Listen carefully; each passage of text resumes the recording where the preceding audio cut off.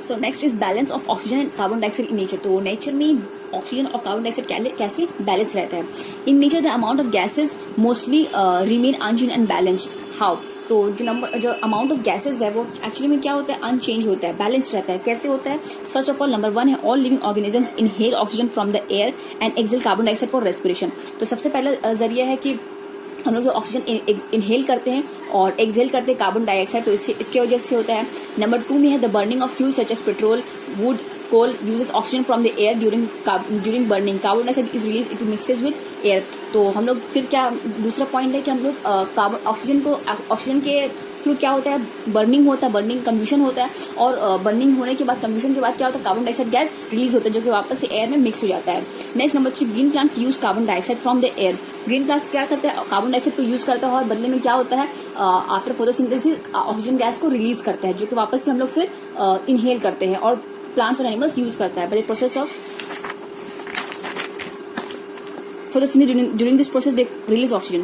Respiration by living organisms and burning of fuels by human require oxygen present in the air and carbon dioxide is released.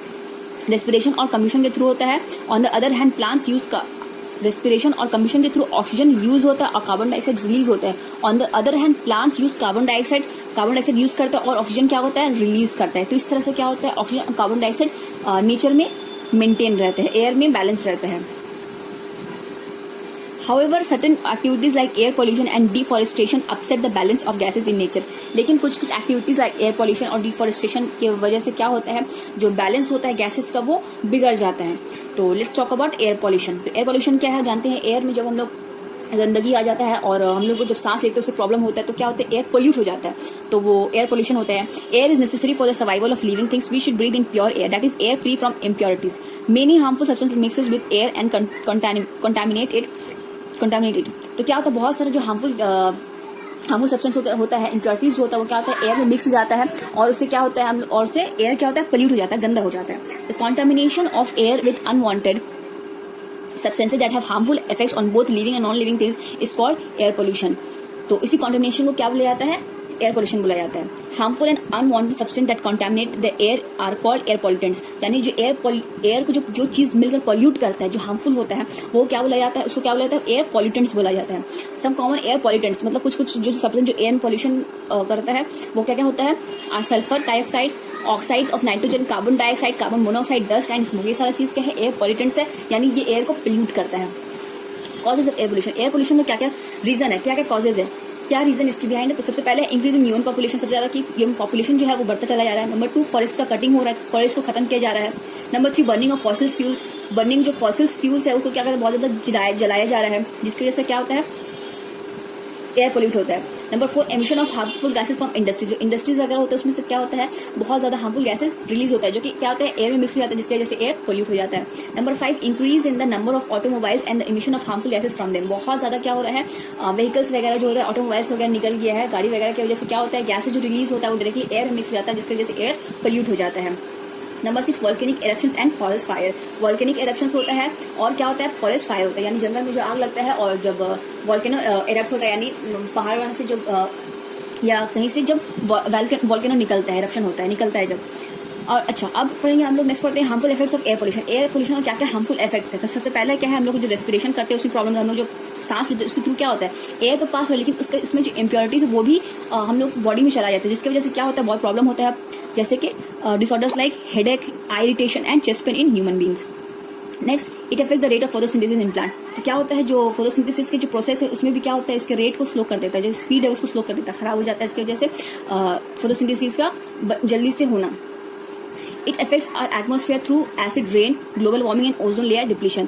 तो क्या होता है, effect करता है air pollution से, क्या होता है, इफेक्ट करता है एटमॉस्फेयर में, इफेक्ट करता है थ्रू एसिड रेन के थ्रू और ग्लोबल वार्मिंग के थ्रू और ओजोन लेयर में. ओजोन लेयर का जो बताए, जो हम लोग को यूवी लेयर से हम लोग को अल्ट्रावायलेट रेस जो हम लोग को प्रोटेक्ट करता है, उसमें क्या होता है, वो ओजोन लेयर कम होता चला रहा है, डिप्लीट होते चला जा रहा है. Next, it produces smoke. Smoke reduces the visibility on roads and often result in road and train accidents. तो जो हम लोग को स्मोक देखते हैं रोड में, उसके वो जो धुंधला सा होता है, तो वो धुंधलापन किसकी वजह से होता है, एयर पोल्यूशन की वजह से, क्योंकि एयर में बहुत पोल्यूशन होता है, उसकी वजह से क्या होता है, हम लोग को रास्ते में दिखता नहीं है, तो उसकी वजह से क्या होता है, बहुत बार रोड और ट्रेन एक्सीडेंट्स होता है. नेक्स्ट पढ़ते हैं एसिड रेन। एसिड रेन क्या है? Harmful gases are release in atmosphere by burning of fossil fuel use in automobiles and industries. ये वही बता रहा है कि मतलब गैसेज जो रिलीज होता है ऑटोमोबाइल्स के चलने की वजह से और इंडस्ट्री से जो रिलीज होता है और फॉसिल फ्यूल के जलने से जो गैसेज रिलीज होता है, रिलीज होकर क्या होता है एटमॉस्फेयर में मिक्स हो जाता है। Some gases like sulphur dioxide and nitrogen dioxide react with water vapour and oxygen present in the atmosphere. और क्या होता है उसके बाद में वाटर वेपर और ऑक्सीजन से क्या होता है रिएक्ट कर देता है, रिएक्ट कर जाता है एटमॉस्फेयर से। This result in the formation of sulphuric acid. उसकी वजह से क्या होता है सल्फ्यूरिक एसिड और नाइट्रिक एसिड क्या होता है फॉर्म कर जाता है, मतलब बनता है। तो ये जो सल्फ्यूरिक एसिड और नाइट्रिक एसिड बनता है वो हम लोग के लिए बहुत हार्मफुल है। This acids get mix with the rain and fall down as acid rain. तो ये जो सल्फ्यूरिक एसिड और नाइट्रिक एसिड जो पानी मतलब जो रेन होता है, बारिश होता है, उसमें क्या होता है मिल करके क्या होता है वापस से हम लोग के मतलब रेनफॉल होता है। It damages crops. इसकी वजह से क्या क्या नुकसान होता है? क्रॉप डैमेज करता है, aquatic plants, animals, buildings and statues made up of marbles and other metallic objects. ये एसिड रेन की वजह से बहुत सारा कुछ डैमेज हो जाता है, ये सारा डैमेजेस हो जाता है। नेक्स्ट पढ़ते हैं global warming. Carbon dioxide present near the earth surface traps the heat of sun and prevents its from escaping. तो बहुत ज्यादा कार्बन डाइऑक्साइड हो जाने की वजह से क्या होता है?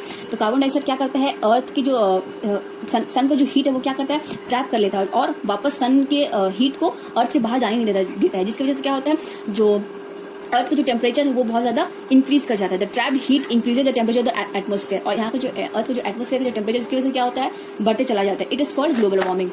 It is called the green house effect. इसको क्या बोला जाता है? ग्रीन हाउस इफेक्ट बोला जाता है। The carbon dioxide is a green house gas.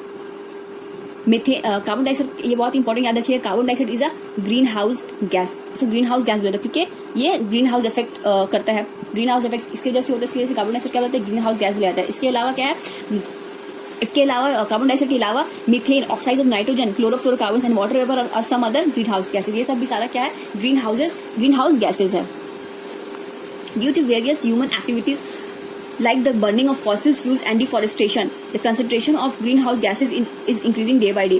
तो क्या हो रहा है? ह्यूमन जो एक्टिविटीज जो हो रही है जैसे बहुत ज्यादा फॉसिल फ्यूल का बर्निंग और डिफॉरेस्टेशन यानी जंगल का काटना, तो इसकी वजह से क्या हो रहा है ग्रीन हाउस गैसेज क्या हो रहा है बढ़ती चला जा रहा है। ग्रीन हाउस गैस बढ़ रहा है, इसकी वजह से क्या होगा ग्रीन हाउस इफेक्ट हो जाएगा। तो ग्रीन हाउस इफेक्ट की वजह से क्या हो जाएगा ग्लोबल वार्मिंग होगा। इसी को ग्लोबल वार्मिंग बोला जाता है। जो इंक्रीज कर रहा है टेम्परेचर एटमॉस्फेयर का, इसी को बोला जाता है global warming. This increase in greenhouse gases is increasing the average temperature of Earth. The increase in average temperature of the Earth's atmosphere is called global warming. ये जो बताएं जो भी वही है सेम डेफिनेशन है। Next, ozone layer depletion. Chlorofluorocarbons react with ozone present in the atmosphere and causes the depletion of the ozone layer. तो chlorofluorocarbon जो है वो ओजोन से रिएक्ट करता है एटमॉस्फेयर में और क्या होता है जिसकी वजह से जो ओजोन लेयर है वो क्या हो जाता है घटते चला जा रहा है हम लोगों का, जो कि बहुत ही नुकसान है क्योंकि ओजोन लेयर नहीं रहेगा तो क्या होगा यूवी रेज हम लोग का डायरेक्टली रीच कर जाएगा अर्थ में रीच करने की वजह से क्या होगा हम लोग को हार्मफुल इफेक्ट होगा उसकी वजह से।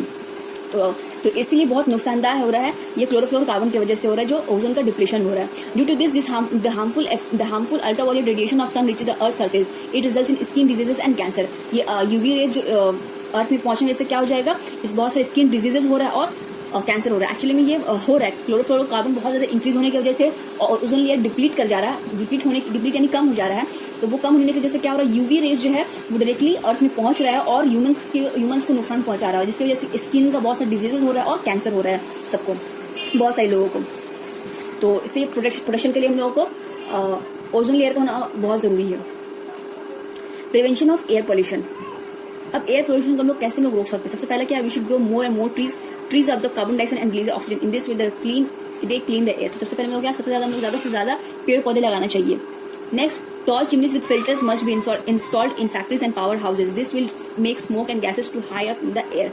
और क्या हम लोग को जो चिमनी वगैरह में जो इंडस्ट्री वगैरह में जो चिमनी वगैरह उसका क्या होता है इसमें ना फिल्टर लगाना चाहिए और बहुत ही ऊंचा रखना चाहिए ताकि this will make the smoke and gases to high up in the air. जो गैसेज वगैरह रिलीज होगा वो बहुत ज्यादा ऊपर में जाकर रिलीज हो।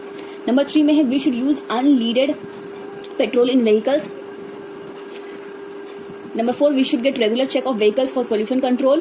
पोल्यूशन कंट्रोल के लिए व्हीकल चेक रेगुलरली करना चाहिए।